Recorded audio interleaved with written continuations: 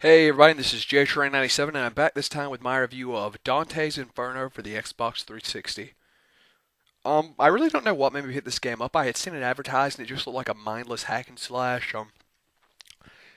Just needed something to play, I guess, so I went ahead and rented it. I gotta say I was surprised with this game. Um, sorry.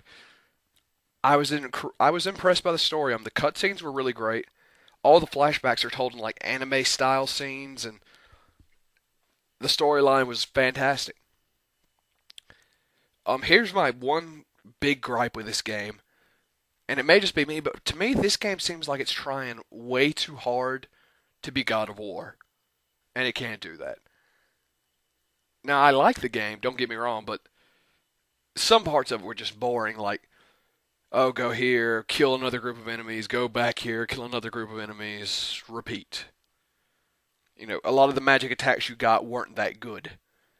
You usually, and then you had your cross attack, which was pretty much if you just kept jumping in the air and using the cross attack, you were pretty much unbeatable. So I mean, it had those working against it, but that's one of the things it boils down to, unfortunately, is that at its core, this is one of those, just mindless hack and slash games. There's not, well, I guess there's some very, very minor puzzles, but overall, I don't know, the story really was good though. That's the only driving point that made me finish the game, is I wanted to know how it turned out. I have one gripe about the story. I don't really think it's a spoiler, but some people may consider it that. In the beginning of the game, you get Dante gets stabbed in the back, and he pulls the dagger out, and then he fights death, and that's the first boss fight, and you beat him, of course, and that's the weapon you see him pose with on all the covers is Death's Scythe. You're actually using Death's Scythe. That's your only melee weapon. And then at the end, when he's gets to one of the final circles in hell, Lucifer tells him he's like, "You're dead, Dante," and he shows him the part where he gets stabbed again, and I'm like, didn't he know that? I mean, he fought the Grim Reaper for God's sake. I don't see where the giant reveal comes in.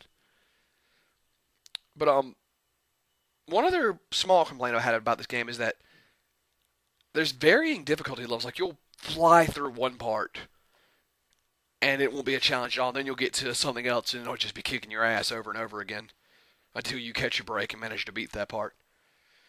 There's these parts of major difficulty are few and far between, but there are a couple. Usually just when there's a lot of space between you and a lot of groups of enemies between you and point B. But overall, I'd say I don't want to say it's a solid own. It's a rent. Once again, I don't buy games.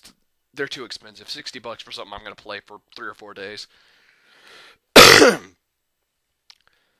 So I'd say it's a rent if you have nothing else to rent. It's a weak rent, honestly. When I think about it, I mean the story. I'd say play it for the story. Don't expect the most amazing game ever. It's average. But the cutscenes and the story may make it a tiny touch above average.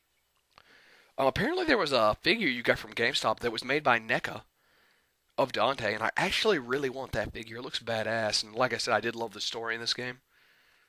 So I'll probably try and get that off eBay, and NECA's going to do a whole line of Dante's Inferno later. But like I said, it's a weak rent, but it's still an interesting game.